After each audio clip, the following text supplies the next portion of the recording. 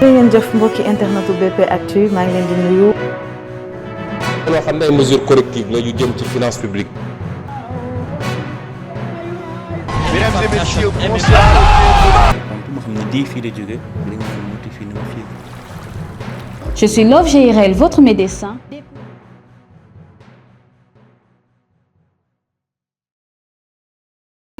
Parce que gis nga li coow yi wax yëpp important. du problème mu xaalis. yàlla dafa def maa ngi ko doon wax benn xarit démb. ma ne ko Sénégal yàlla dafa def ñi africains yeeg européens dañ ko bëgg te yàlla tax. man dama ko seetlu dañuy bëgg dëkk bi di yàlla lu coow yu bëri. ils aiment le Sénégal. mais loolu suñu problème ñun interne la ñun dañoo war a xoolaat suñu éducation ñu tabaxaat ko à l'image de li ñu bëgg dans 15 ans 20 ans Sénégal mel ko. du Cheikh Omar lu mu neex mu def du cag-cag bi fu mu neex mu jaar du waa ji fu mu neex mu lal pour jaay ay mbiram. du nekk dans le désordre. parce que dëkk sa dëkk boo ko bëggee. doo ko def dans le désordre. nit ñi lañu war a tabax. nit ki la ñu war a tabax. nañu décider nañ ko tabax tey bu ñu ko waree décider nañ tabax tey on va revoir notre système d'éducation. important ñu tabax ko mu méngoo ak suñu pétrole ak suñu gaz bu mu nar a juri. mu méngoo ak industrie yi ñu bëgg a tabax. mais dañu war a dépasser sax suñu xeexu biir yi ñuy def nii. bu nee ne Sénégal dafa war a def la conquête de l'Afrique xam nga tey. bu ñu neewoon ñun nangu nañu ne amoon nañu ay problème suñu biir mais du objectif yi tey nañu bàyyi justice bi def liggéeyam. mais nag on va être les conquérants de l'Afrique bu boobaa les querelles de basse-cour là. duñ ci dugg duñ ko tal parce que yow tu as une vision plus large. surtout. plus large. et mel na ni contexte bi laaj na ko parce que l'Afrique est dans un tournant boo xamante ni il faut que africains yi am vision boobu. oui c'est-à-dire que l'Afrique est dans un tournant décisif. par rapport au li nga xam ne ñu ngi koy gis ci Europe ci changement ak États-Unis ñëw Trump dafa bouleverser géopolitique bi ak géostratégie bi ak économie au niveau mondial xeexam ak Chine bouleverser les rapports économiques ak dëkk yu bëri ñii tey ñu ngi bëgg a jege Chine ñii ñu ngi xool ndax États-Unis dina taxaw l'Europe mu ngi gis mu ngi xool boppam tey gis na ay programme yu am doole comme USAID dagg nañ leen l'Europe est en train de réfléchir est-ce que aide bi mu doon def dina ko continuer def pour Afrique parce que donc c'est un moment de réflexion profonde pour l'Afrique mais même bu ñu jëlul ñooñu ñu war a mën a xool ñun ñu ngi wax ay waxu ZLECAf ñu wax ay économie mais Mohamed man mënu ma nekk fii di wax ay waxu chroniqueur beeg waa jeeg affaire yooyu alors que mën naa focaliser sama jeunesse yëpp ne leen allons vers la conquête de l'Afrique mais malheureusement au même moment où on le fait nous sommes en train de perdre du terrain diplomatiquement le Sénégal n'est plus tey décision yu mag yi on les prend plus en Côte d'Ivoire qu'au Sénégal. bu ñu toogee ba tey. tey Ouattara choisir. un Mauritanien suñu mbokk lañu. j'ai rien contre eux. contre un Amadou Hott. alors que nous on partage la CEDEAO l'UEMOA. y a problème. tey on a combattu Augustin Senghor man vous savez man. depuis justement loolu laa doon wax c'est pas tout simplement dans la politique. non c'est pas dans le sport aussi on l'a constaté. Augustin Senghor. bu ñu demee ba y a même pas 3 ans Sénégal était championne d'Afrique. tey dans les instances on n'est pas présent. oui. ay Île Maurice ngay dégg. Cap-Vert et la Mauritanie ñoom ñëpp dugg nañu. alors que ils n'ont même pas ñun ñi nga xam ne gagné nañu Coupe d'Afrique. indi ko dans l'Afrique de l'Ouest ñun ñu am fi dayo bu ñu fi am. nekk fi ci kii mais bu ñu amee même problème interne. ma am ko ak Mohamed sax. problème boobu warul impacter suñu image à l'international. mais justement honorable loolu ça me plaît beaucoup de parler de géopolitique parce que dañu constater leen effectivement mooy que ni ci wàllu diplomatie Sénégal dellu na si ginnaaw c'est vrai et en même temps aussi gis nañu les pays de l'AES ils commencent vraiment à prendre aussi de la puissance quoi à côté boobu noonu commencé nañ di gagner du terrain. Finalement fan la Sénégal war a mën a placer boppam ci géopolitique africaine bi pour amaat sa place de leader dans les décisions à prendre face à l'Europe, face à des groupes comme par exemple comme les BRICS, on parle aussi des BRICS et tout ça. Fan la Sénégal war a mën a replacer boppam pour prendre vraiment des décisions assez stratégiques mais surtout mu assumer cette position de leader là. Mais Mohamed, au risque de te décevoir, on n'y réfléchit pas.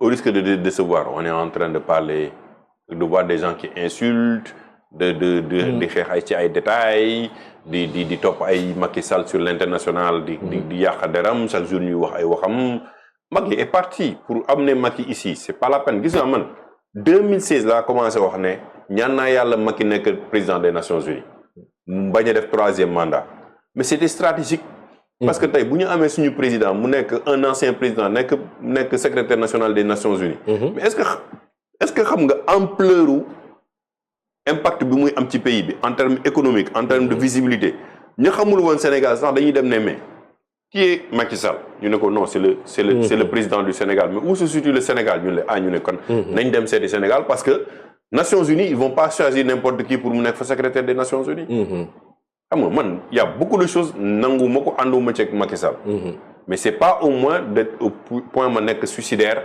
ba mën a ne damay yàq samay avantages et aujourd'hui tous les rendez-vous où Macky Sall peut aller le président actuel ne peut pas y aller ndax xeex bi la on l'a constaté alors que c'est le président actuel qui devait y être il ne peut pas y être parce que xeex na koy noyoo Macky Sall et c'est devenu tellement parce que depuis 1 an on ne parle plus de quelqu'un qui n'est plus là Macky Sall ne tient pas notre économie mais nekk na ancien président tous les présidents yoo jël ils ne sont pas 100% parfaits Obama qu'est-ce qu'il n'a pas fait Libye tey bu daane du moom la tey du conséquences yi du mu ngi Mali ñu ngi koy sentir est-ce que les États-Unis ont poursuivi Obama ci loolu George Bush qu'est-ce qu'il n'a pas fait les deux George Bush yi guerre Iran-Irak kii ak ñoom Koweït les Sarkozy les trucs là même Sarkozy ñu ngi koy poursuivre te lui poursuivre ñu ko à cause de ce qu'il a fait en Libye dañ koy poursuivre pour corruption par rapport à xaalis bi mu jot ci Kadhafi donc il y a des réflexions qu'on doit faire pour apaiser à un moment donné xool ndax lii amoon na bu mu amati mais lii nar a jutal dëkk bi koom-koom bu doy ba nga xam ne tey man mii toogoon di am 100 francs ma am 1000 francs mooy géopolitique bi nga géré quelle est la place du Sénégal aujourd'hui au niveau sous-régional régional ak mondial ban rôle la ñu war a mën a jouer parce que on a Makhtar Diop IFC nga xam ne structure mondiale la une structure nga am sénégalais bu fa toog yow mënoo ci tirer profit lu dul ay xeex yu ndaw ça ne veut pas avancer un pays léegi boo ko xoolee da ngay toogaat ne ok man la premier ministre am na lu ma yàlla may man la président de la République am na lu ma yàlla may dañuy teg bal bi ci suuf kaay ñu waxtaan dialogue bi c'est bon mais c'est un dialogue politique c'est pas extraordinaire dialogue bi war a am 28 mai oui j'invite les gens à y aller man xam nga man xoolal bi Macky Sall amoon na ñoo xam ne bañoon nañu te yàlla def na ñoom ñoo nekk au pouvoir tey ñoom ñooy woote dialogue te ba Macky woote woon dialogue lu nekk ku fi doon dem toog ci dialogue bi sax ñu traité la traite gis nañu keroog la fameuse phrase de Serigne Mansour du yàlla àtte na ko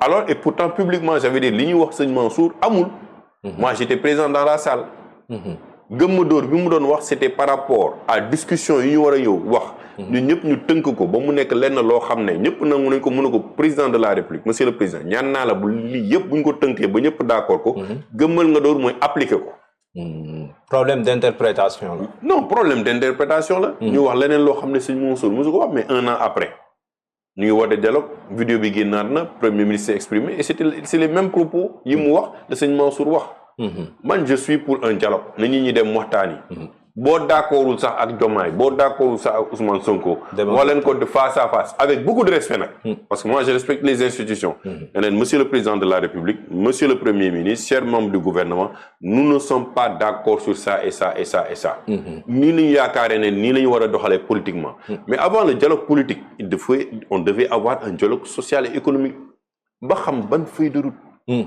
la ñu war a tabax peut-être que ñoom am nañu seen vision 2050 mais moi je me sens pas dans la vision peut-être ñoom te doon parce que ñoom noonu lañu gisee mais bu ñu demee ba dëkk bi nangu ne feuille de route bi au moins comprendre nañ ko ànd nañ ci mais boobu ngay choisir nag le modèle d'homme politique bu koy porter d'accord alors c'est des discussions yoo xam ne autant géopolitique géostratégique ñun dañu war a yee xale yi yee suñu bopp yee politique yi yee suñu économie ak industrie pour ñu war a mën a dem conquérir l'Afrique pour ma daaneel la basketball bi am basketball Africa League oui j'en profite di féliciter Gallo di féliciter ñoom El Hadj Mboub ñoom ñëpp mais basketball bi ay sénégalais ñoo taxaw tey créé ko en Afrique ba muy am Sénégal di am Rwanda oui. Rwanda di ci def xaalis bu bëri Sénégal gis na année bi au moins Air Sénégal dugg na ci Wave mais ça te permet de vendre ton pays si et c'est ce que Kagame a réussi au Rwanda oui. Aujourd'hui xoolal tey stade bi naka la feesee woon week-end bi ñëpp dem foofu mais c'est tout le Gothas suba mën nga am LeBron mu ñëw fi James mu ñëw fi bien sûr Stéphane Curry mën na fi ñëw Desagana Diop Cleveland moo nekk suñu entraîneur mën na indi ñeneen ñoo xam ne loolu day dugal koom-koom parce que le sport c'est un levier puissant de développement économique et social. ngeen jëf mbokki internetu BP Actu maa ngi leen di nuyu. loo xam ne ay mesures correctives la yu jëm ci finance publique. mesdames et messieurs, bonsoir. ma xam ne fii la jóge li nga xam ne fii na ma fii. Je suis Love GRL, votre médecin.